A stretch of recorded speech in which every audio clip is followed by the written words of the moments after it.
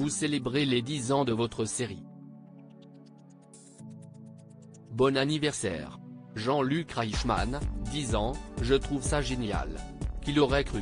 Notre idée avec Nathalie Lecoutre, sa compagne, co-créatrice de la série, note de la rédaction, c'était de parler des fléaux qui entourent nos enfants. Les prédateurs derrière leurs écrans ou dans la rue sont des menaces. Surtout, nous voulions libérer la parole. Et donc nous rendre utiles en faisant de la prévention. Malheureusement, Léo Mattei est toujours autant d'actualité. De fait, on sait qu'un Français sur 10 a été victime de violences sexuelles dans son enfance. Décourageant? Si est insupportable, mais il y a 10 ans, on ne connaissait pas ces chiffres, tout le monde se taisait. Dans notre société, on manque de bienveillance, de solidarité, de civisme. Moi, ça me donne encore plus envie de me battre et de faire passer le message au plus grand nombre. Vous travaillez avec votre femme. Comment vous répartissez-vous les rôles? Elle est derrière, je suis devant. Rire, elle travaille 11 mois sur 12 sur les thèmes que nous initions, les textes, les castings, les repérages. On n'a pas besoin de se parler. Quand j'entends couper, je sais s'il va falloir refaire la prise à l'intonation de la voix. Votre personnage semble écrit sur mesure quand il déclare « On m'appelait la tâche quand j'étais petit ». Léo, si est-vous?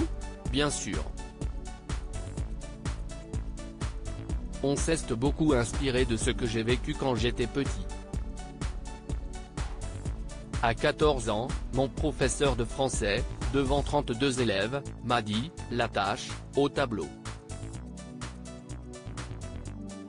Je m'en suis rappelé toute ma vie. Cette différence, j'ai essayé d'en faire une force. Si est de là que vient Mattei. Un mot sur vos partenaires, Lola Dubini, Stomy Bugsy. Stomy est un garçon en or. Quant à Lola, je l'ai rencontrée par hasard sur une émission de télé, et instantanément, j'ai pensé que c'était ma petite sœur. Si est une boule d'énergie positive qui a souffert elle aussi de sa différence dans sa jeunesse. Cette année, vous donnez la réplique à Laurie Pestet, Xavier Delugue, Estelle Lefébure ou Mimi Mati. J'ai voulu une saison feu d'artifice, marquer un grand coup. Si est un festival de potes. Laurie, ça faisait longtemps qu'on en parlait, Xavier et Estelle, j'en rêvais. Quant à Mimi, c'était extraordinaire, quel plaisir de nous retrouver. Tous se sont ralliés à notre combat. La saison 11 est-elle déjà envisagée? Nous avons toujours un an d'avance et donc nous avons les pitchs, les scénarios. Nous avons envie d'une 11e saison. TF1 en a envie. Malheureusement, en 2023, ce sont les chiffres qui parlent. Donc nous attendons les audiences à partir du 6 avril.